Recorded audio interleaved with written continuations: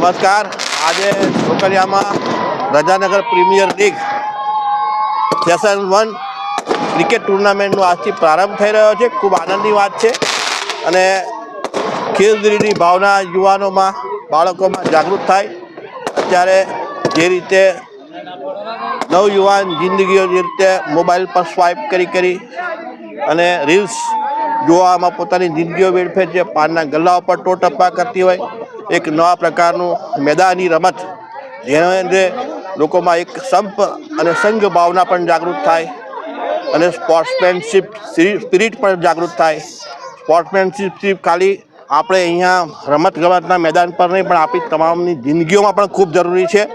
આપણે જે રીતે રમતા હોય ક્રિકેટ કે કોઈ પણ રમત, તો જે ખેલદિલીની ભાવના હોય તે જ ભાવના આપણા તમામ શોભાઓમાં, એટલે કે જે તે ક્ષેત્રમાં આપણે ભણતા હોય તો તેમાં પણ, અને જો આપણે વ્યવસાયિક જિંદગી હોય તો તેમાં પણ જાગૃત થવી જોઈએ. પોલિટિકલ માણસ હોય, આપણે સરપંચ જેવા, મહેશભાઈ જેવા, તો તે પણ જાગૃત થવી જોઈએ. આપણે આ ભૂમિ જ્યારે ઢોકલિયા ઉપર આ ઉદ્ઘાટન થવા જઈ રહ્યું છે તો તમામ આયોજકોને પણ ખૂબ ખૂબ અભિનંદન છે. અને અહીંની ભૂમિ ઉપર જેઓ ભૂતકાળમાં અહીં સરપંચ સહિતના જે લોકો શાસન કરી ગયા, એવા ખાસ તો મેં મનુભાઈ અગ્રવાલ સ્વર્ગસ્થ એમને પણ યાદ કરીશ.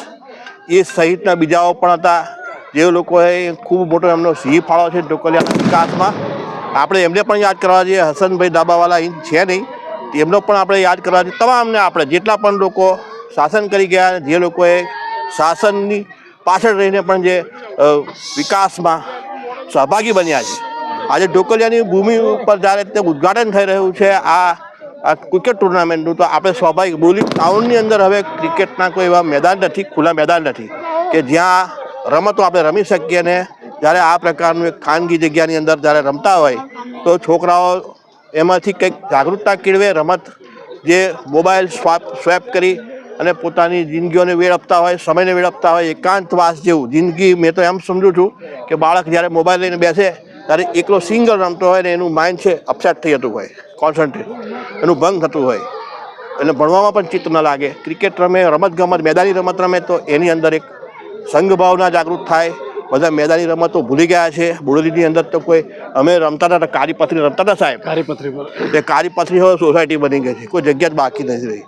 તો આ છોકરાઓ અહીંના છે બાજુના ફરિયાના, એ ટુર્નામેન્ટ યોજી રહ્યા છે. સૌ કોઈને અભિનંદન અને ખૂબ ખૂબ તમને પણ જેટલા પણ આયોજકો છે તેઓને પણ ખૂબ ખૂબ અભિનંદન અને સફળ થાવ. ફરી ભવિષ્યમાં પણ તમે આ રીતનું આયોજન કરી અને છોકરાઓની અંદર એક અહીંથી જ સચિન તેંડુલકર જેવા ક્રિકેટર પ્લેયર્સ પેદા થાય તેવી અભ્યર્થના. Thank you.